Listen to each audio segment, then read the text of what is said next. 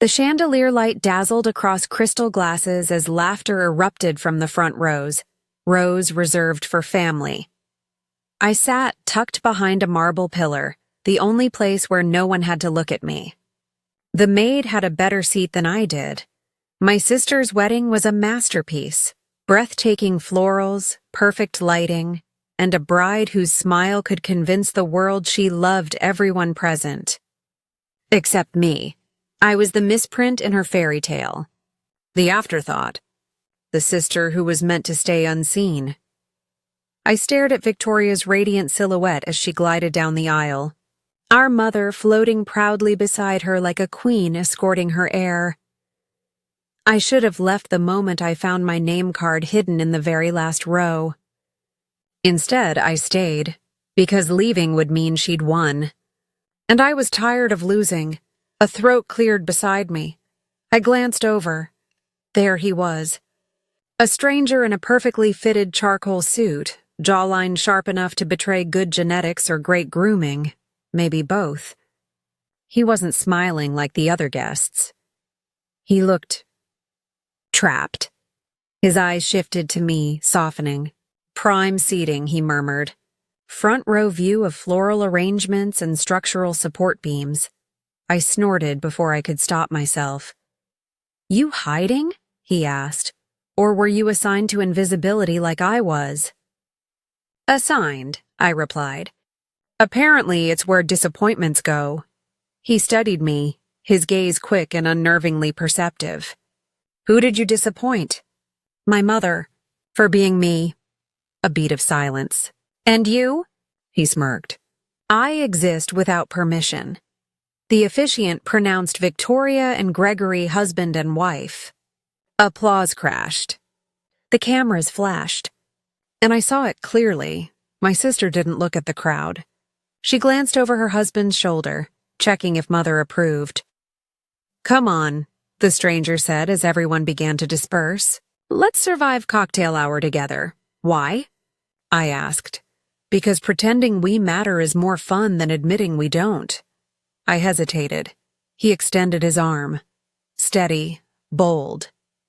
Just follow my lead and pretend you're my date. Something in me, something bruised and starved, said yes. We walked to the elegant pavilion. Guests turned. Heads tilted, whispering. A man like him couldn't possibly be with someone like me. Good. Let them choke on their confusion.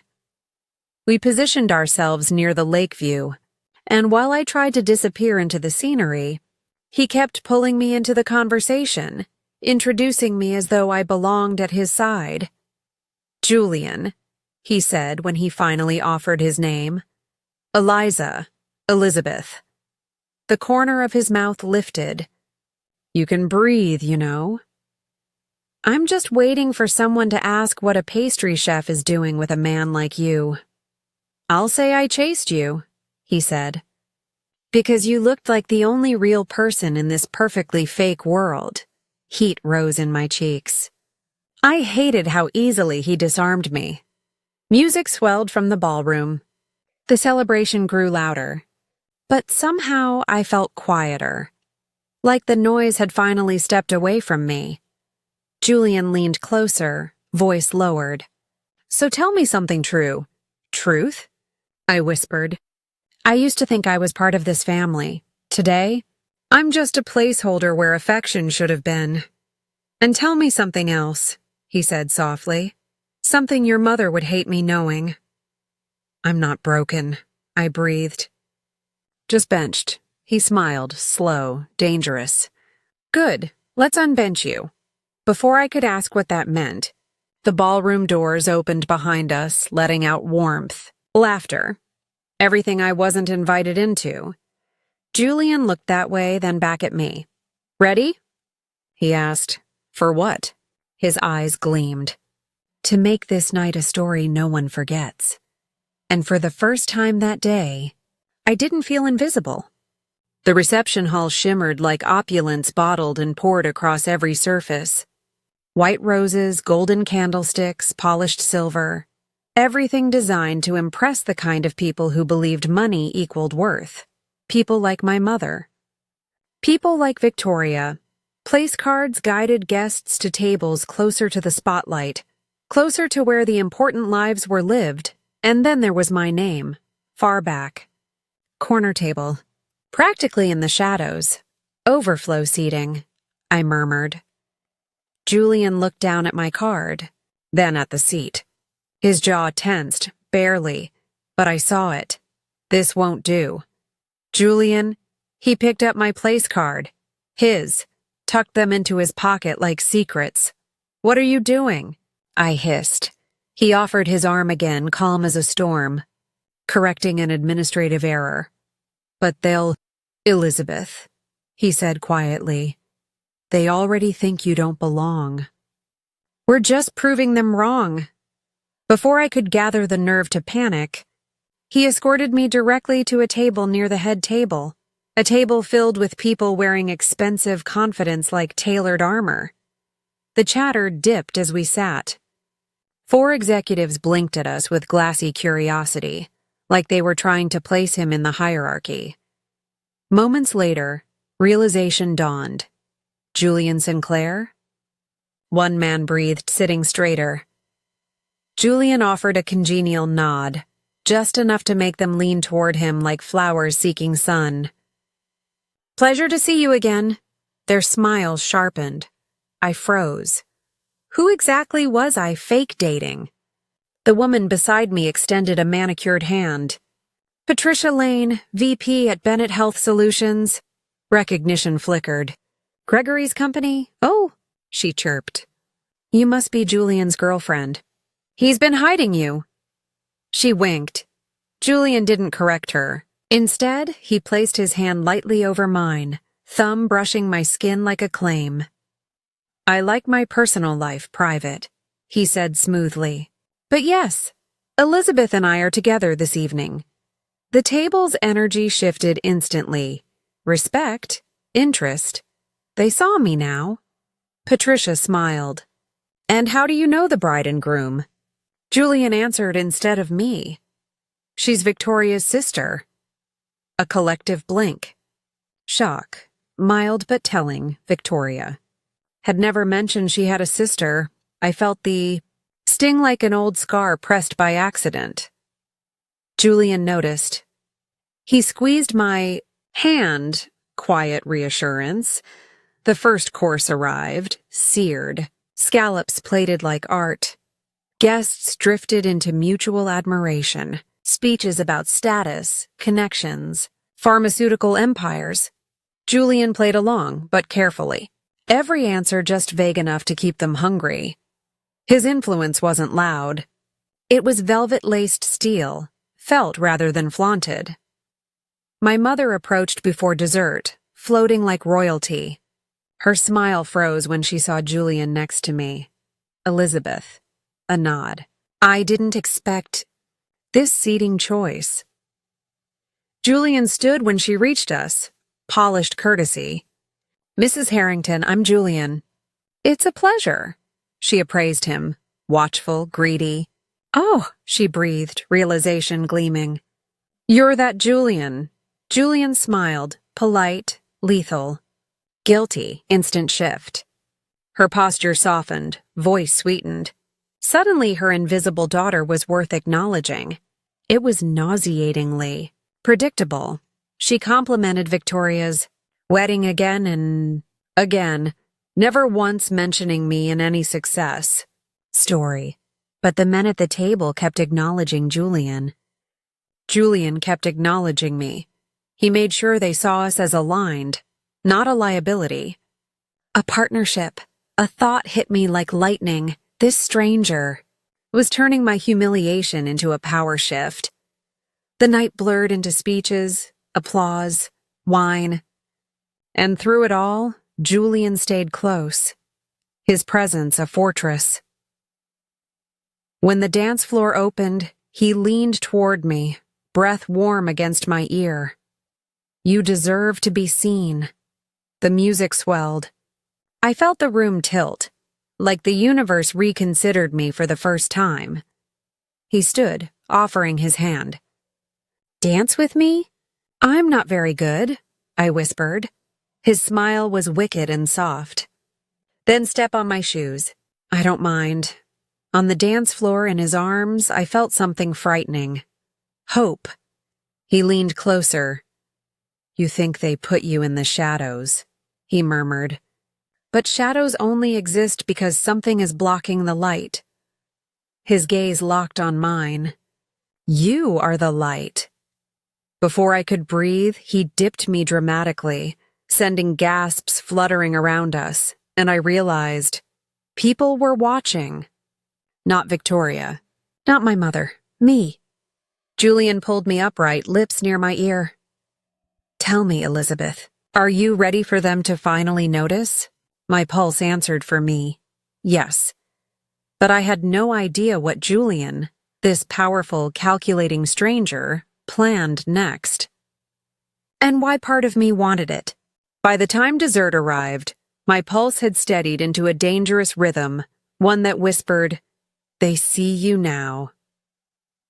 Victoria glided toward our table, Gregory trailing behind her like a silent warning label.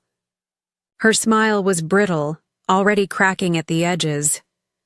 Elizabeth, she said, voice full of polite poison. You look radiant. So glad you've enjoyed the evening. Translation. How dare you enjoy anything without my permission? Gregory extended a hand to Julian. I didn't realize you were attending. Patricia mentioned your firm is heading our sustainability transition. Big deal. Julian's handshake was firm, controlled. We believe Bennett Health has tremendous potential. Environmental reform is the future. Victoria's gaze flicked between us, calculating. And how exactly do you two know each other? Julian didn't miss a beat. Even his lies tasted like the truth.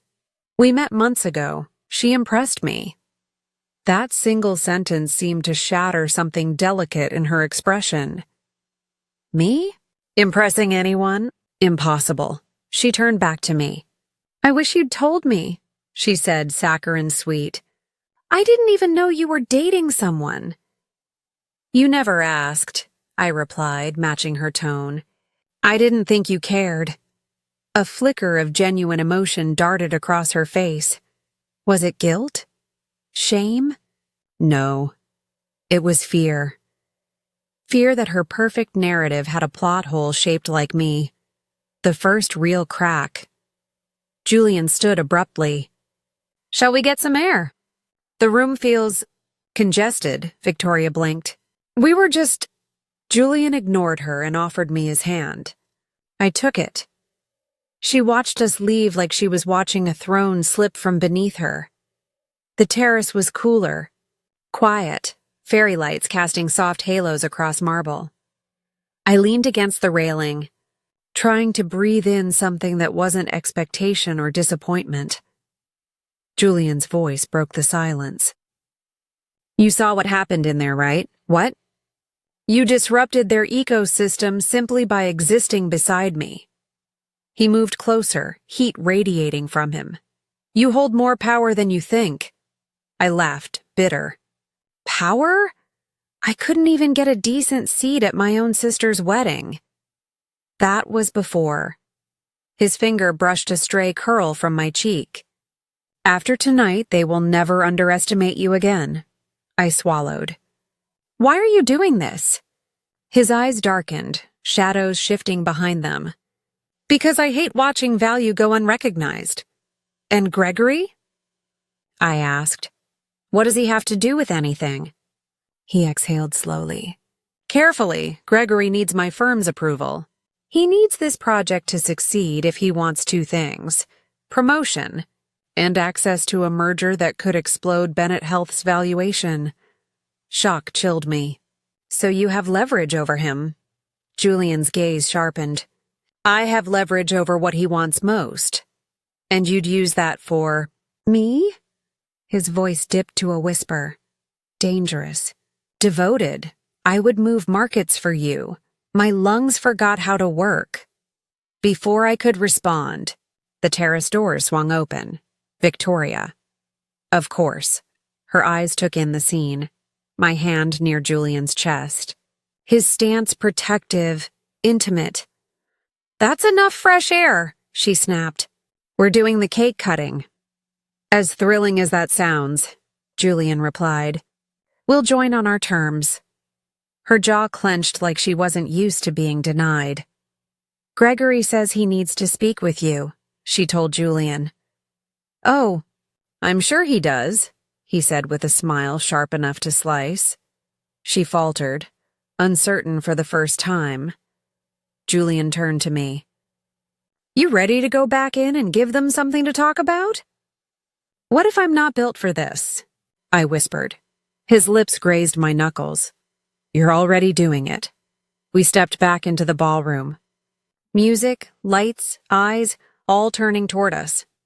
My mother froze mid-sentence, stunned by how Julian's hand rested at the small of my back like it belonged there. Patricia beamed like a queen who'd discovered a jewel. Gregory paused his conversation, nervous energy rolling off him as Julian approached. And Victoria?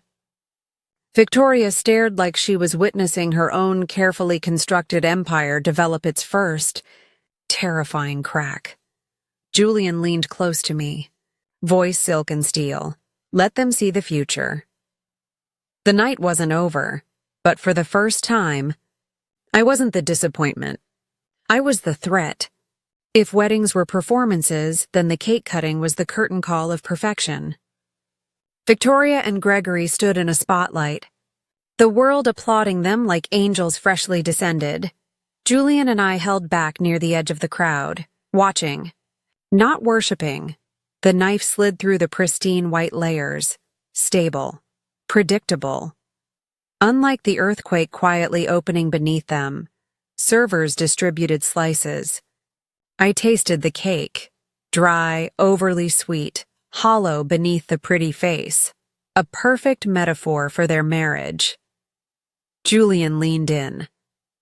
"What do you think?" "It's beautiful," I whispered, "but the inside is disappointing." His smile was slow, wicked.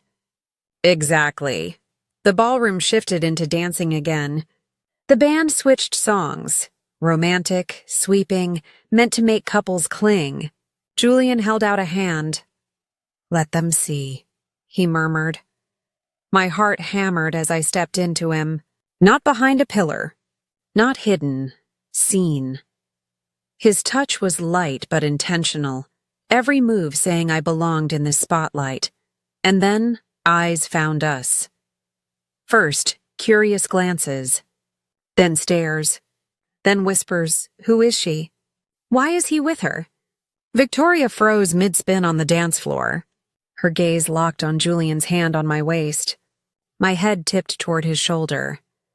For the first time in her life, the room was looking at me more than her. I saw the panic flicker, the terror of being replaced, even for a moment. Later, when the crowd thinned, Julian led me toward the gardens. My dress shimmered in the moonlight like it was finally allowed to shine. He rested his jacket over my shoulders again. "You are extraordinary," he said. "No," I corrected. "I'm just done shrinking so others can feel tall." He stepped closer, only inches separating us. "Good, because shrinking isn't something you'll ever have to do again." His fingers brushed my jaw, slow and reverent. Heat surged through me, scary and perfect. I whispered, "Why does it feel like you've known me longer than one night?" He hesitated, truth shadowing his eyes. "Because people like us recognize each other instantly. We know what it's like to be cast aside. We know how to rise." His thumb rested at my lower lip. "And Elizabeth, you were never meant to blend in." Before his lips touched mine, voices approached. We stepped apart just as Victoria and Gregory emerged from the ballroom. "Elizabeth," Victoria began, tone tight. "Can we talk?" Julian didn't move from my side. He wouldn't let me stand alone again. Gregory cleared his throat. "We appreciate your attendance tonight. It was good to see you." My mother joined them then, frowning at the proximity between Julian and me. "We should take a proper family photo," she insisted. "Elizabeth, stand near the bridesmaids where Victoria won't braid a destiny." Before I could respond, a hush rippled through the room. Victoria and Gregory entered, with Mother smoothed tight beside them like a porcelain doll ready to crack. Their eyes scanned the crowd as if expecting adoration. Instead, they found the spotlight already belonging to someone else. Me. Patricia stepped to the mic. "Before we celebrate the success of this corporate milestone, we must acknowledge the woman who gave this event its soul. The artist behind every dessert, Elizabeth Harrington." Applause crashed like a wave. I stepped forward, spine straight, heart steady. Camera flashes blinded the 3 people who taught me invisibility. Tonight, the world looked directly at me. The confrontation. After speeches faded and champagne flowed, Victoria approached, cautious, brittle. Her voice trembled on the edge of something unfamiliar. Humility. Elizabeth. "May we talk?" Julian's hand stayed at my back, a silent command. "You are in control." "Yes," I said. Her eyes were too bright. "I didn't know. I didn't understand that you were worth something." The softness in my voice was a blade. She swallowed. "I was wrong." "That's the first honest thing you've ever said to me." She exhaled, shaking. "Gregory says Julian's firm could transform everything. That this partnership is crucial. And her voice broke. "I need us to be okay." Of course she did. Her perfect life depended on it. So many years I craved her love. Tonight, her reliance tasted better. "I don't want revenge, Victoria," I said. "I just want respect." Her gaze fell to the floor, a queen kneeling to the sister she exiled. "You have it," she whispered. For some, that would have been enough. For me, it was the beginning. The mother's reckoning Mother approached next, every step stiff with pride she couldn't swallow. "You've exceeded expectations," she managed. "I exceeded yours, yes." Her lips thinned.